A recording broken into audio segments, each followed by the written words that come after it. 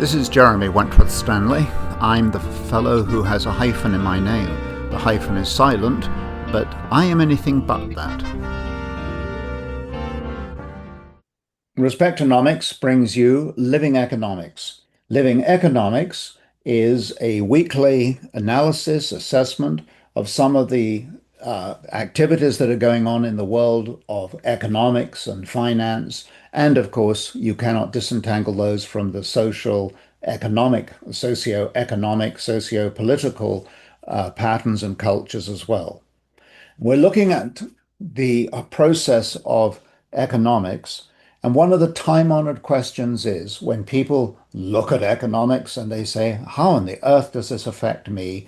And you know something? Most people fall asleep when they hear about the word economics. It is called a dismal science. Let's bring it to life. Let's find out what it means to us. My name is Jeremy Wentworth-Stanley.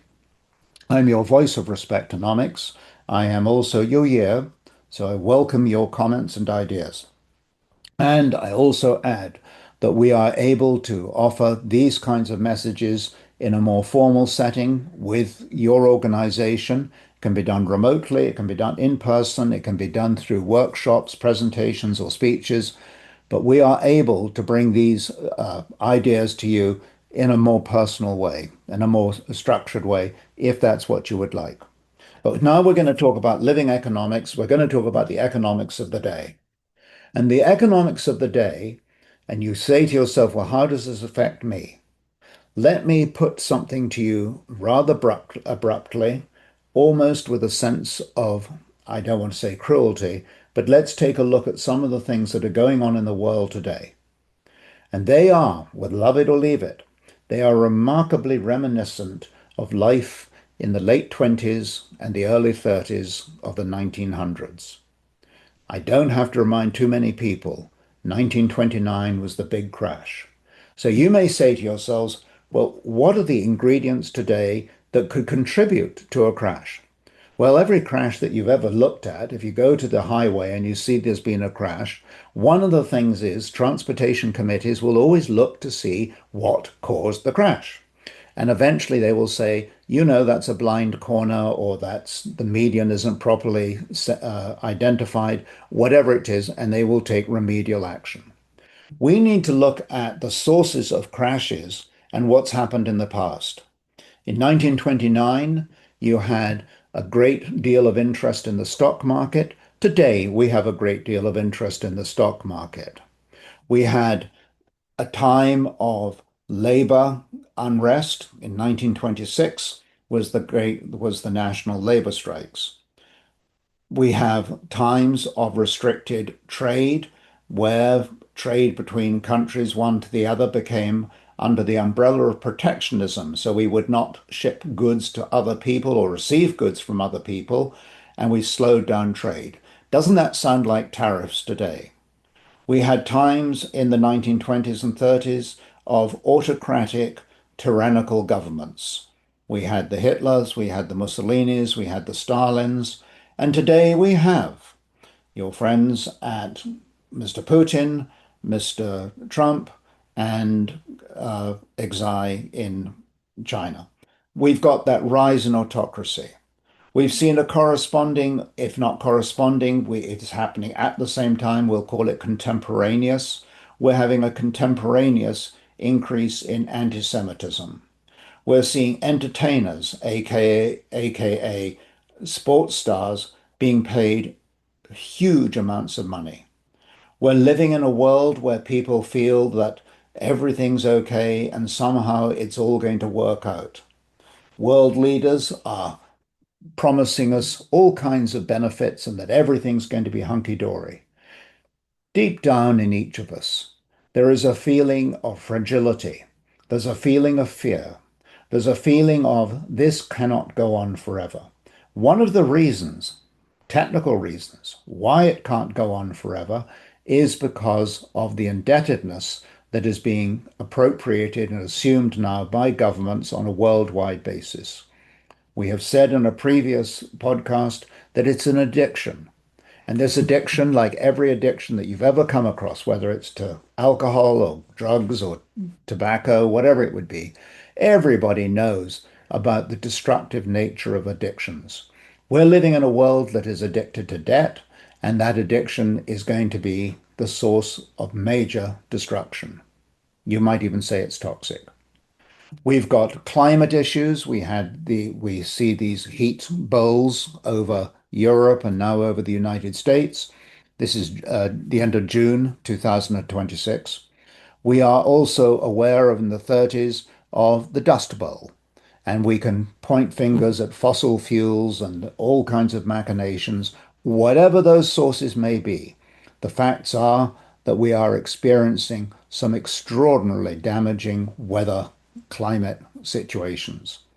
So when you add up the social dynamics, the economic dynamics, the stock market dynamics, and you look at the ingredients of instability, of debt, we look at issues in the 20s, 30s, where you saw great hate, great anger, great abuse. You saw great concentrations of wealth. Does that sound familiar?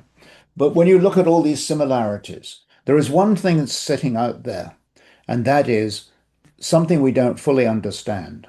But let's look at AI for a moment, because AI says that it wants to replace human activity. And you can believe that or not as you wish. But I will put two thoughts to you about AI. Number one, it is inflationary. You may say, but it isn't because it's going to replace people and wages. Yes, it is. But in the meantime, it is colossally expensive.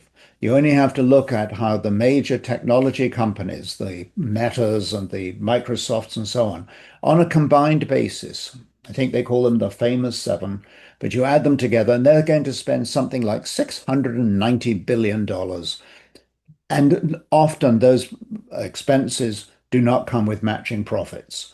We need to look at these costs as being inflationary in and of themselves rather than deflationary. We also have a situation that the the fossil fuels are adding to the inflationary bias because of the, as we know, because of the constrictions in the Straits of Hormuz. So we've got rising oil prices, huge expenses on artificial intelligence, on AI. We were earlier saying that it's inflationary on one level, but it is also something we truly do not understand. But its designation is to try and replace the repetitive tasks of human beings. Repetitive tasks would sound like someone using a screwdriver or something rather fundamental, but those repetitive tasks, in fact, permeate the entire of society. So whether we're talking the legal profession, the accounting profession, the investment banking profession, all of these are subject to some kind of AI in disintermediation, some kind of disruption. Now, this brings out a very important point. There's a story going around at the moment. You said to me, you didn't say it, I can hear you asking it, and that is, does AI, do economics, is it really going to affect me?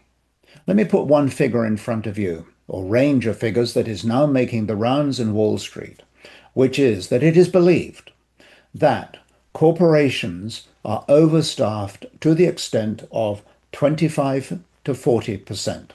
Those are the two numbers. But if you take those figures of 25 to 40%, the opportunity, shall we call it opportunity, not only for a crash in the sense we've compared with 1929, but we're also talking about this corporate drive to reduce costs that comes cruelly on the heels of individual people. The thing is that if that is the case, people say, well, I'm not, how does this economics affect me? Once you hear figures like 25% overstaffing, and we've only talked about corporations, we haven't talked about governments.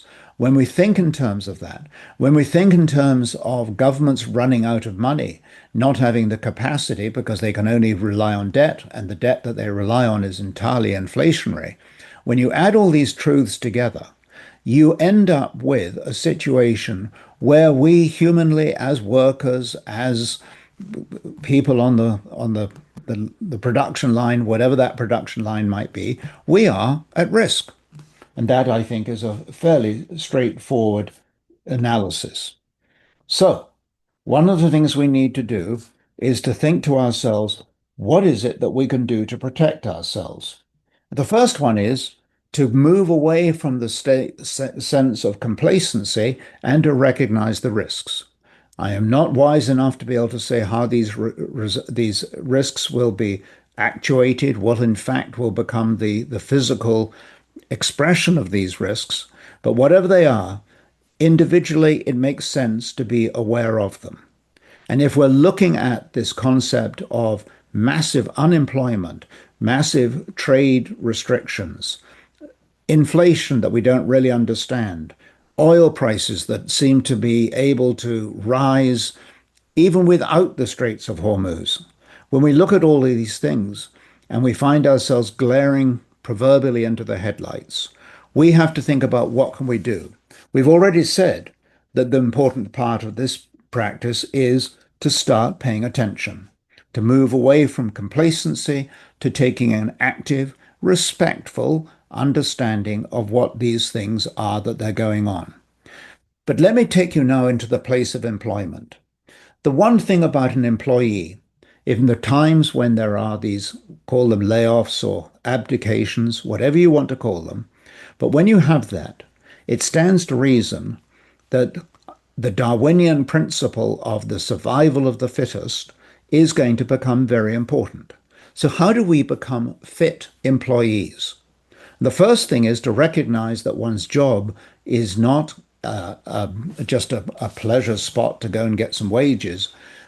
A job, employment, is a privilege. So let's start looking at employment as a privilege. As we look at it as a privilege, we would then say to one another, you want to be very careful for that privilege. It is, in fact, a gift that we might say that we received. And if we're going to receive the gift, we need to respect it. So we're going to respect this employment practice, this privilege. And how do we do that?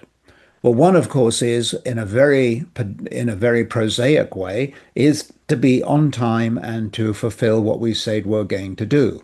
That can be ranging from being at the office on time, driving when we should be driving. You know what? Even when we are asked to go and do something, to complete the activity and not engage in another activity and then pretend that we were actually carrying out the activity we were asked to do. That can be considered misrepresentation. Let me tell you something very interesting. If you find yourself at a place of work where you think you can scam the employer, you can get away with this, that, and the other, you can get in late, you can catch some extra wages and overtime, or whatever it is you're doing. But when you get that sense that you're grabbing stuff that, in a sense, you haven't really worked for, I will give you one abiding truth, and that is, it is not satisfying. Satisfaction comes from the activity of earning, building, creating the foundation, building capacity. But whenever we do those things for which we are humanly well constructed, that is when we get our greatest satisfaction. And with that satisfaction, we find that we release the fullness of ourselves. We become the person that knows these skills and talents that lie within us, and we become enthusiastic and excited about using them. So just paying attention to the metric of the employment, that it is a privilege, and that we can honor that privilege by being proverbially on time and paying attention and doing what we're asked to do. That is the source of satisfaction that in and of itself is liberating. Let's take a look at some other things you could do. You can be one of those people who develops a new way of handling a common problem. Every business has problems. I've just encountered a horrific problem with a telecommunications company who really, really can't get their act together. That said, the requirement of the employee, two or three whom I was in contact with, agreed that the system wasn't working effectively or efficiently and that it was extremely frustrating. Question, were they able to understand the problem and to be able to show how this could be resolved? Did they, in other words, pick up the shovel, if you will, and go and see what could be done to fix it? So recognizing the problems and then identifying solutions, that is incumbent on each and every one of us. It's incumbent on me at Respectonomics. When we find out that we're not moving along as fast as we should be, I need to be the one to look at what is the problem and how do I resolve it. We need to think about the ways that a company can save money. That is so easy to go, and it doesn't have to be a company. It can be a association, it can be a community gathering, whatever it is. But when money is being wasted, it's actually your money ultimately that's wasted. So it makes complete sense to be able to look at the company or the organization, the government, whatever it is, and point out where they are wasting money and where they could save money. When you do that, look what's just happened. You've turned up to work on time, you've developed a new way of handling a common problem, and you're now talking about ways in which the company could save money. And there's one other thing. We can point out the bad practices that lose money. So we're not only talking about how you can save the money, but you can also look at the way that practices in corporations are done that actually lose money. In the case of this telecommunications event, I have lost confidence in the provider. That's it. They have failed me. And what they're doing is bad practices. So when the employee points out those bad practices, they're saving the company from losing money. Do you know, there was the late Peter Drucker, who was the management consultant, who was the one who was deemed to be one of the most prolific, proficient, successful managers in history, actually. But one of his great themes was do not spend time maximizing your revenues, spend your time controlling or minimizing your costs. So an employee may not be able to build revenues, but can be in the business of showing and demonstrating ways in which money can be saved or the loss making activities can be concluded, can be terminated. So you may say, is this all Boy Scout material? Is this the Girl Guides to the new economy? In a way, it is.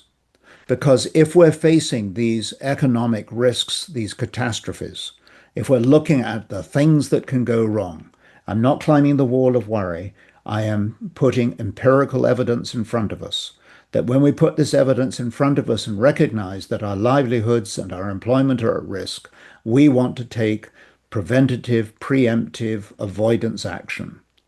If you're sailing a boat and you see a storm, what do? You bring down the sails and you start turning the other way. Let's do the same thing with the state of this economy. I'm going to ask you a question, and that is, have you considered how you can be a better employee, a better member of society? Have you?